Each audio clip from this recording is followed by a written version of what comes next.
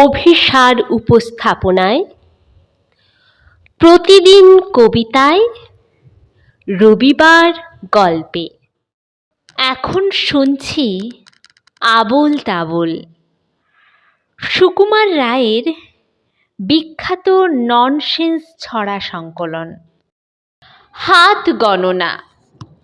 ও পাড়ার নন্দ গোসাই আমাদের নন্দখোড়ো, স্বভাবেতে সরল সোজা অমায়িক শান্ত বুড়ো।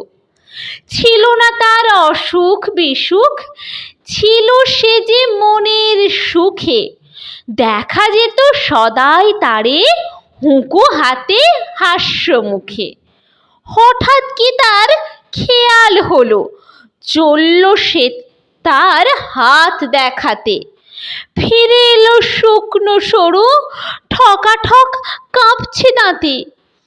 শুধালে সে কয় না কথা, আকাশেতে রয় সেচে।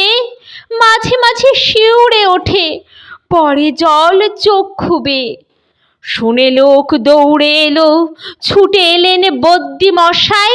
সবাই বলে, কাঁদছ কেন, কি হয়েছে নন্দ গোসাই?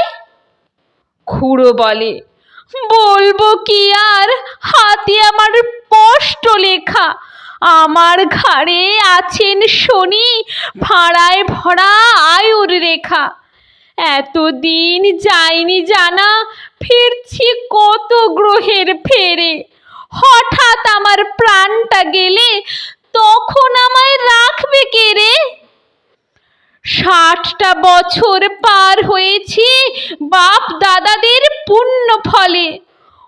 ওরে তোদের নন্দখোড়ো এবার বুঝি পটল তোলে।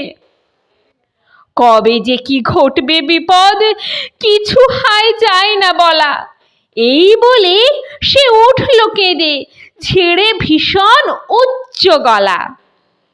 দেখে এলাম আজ সকালে গিয়ে ওদের পাড়ার মুখো। বুড়ো আছে, নেই কো হাসি, হাতে তার নেই কো হুঁকো।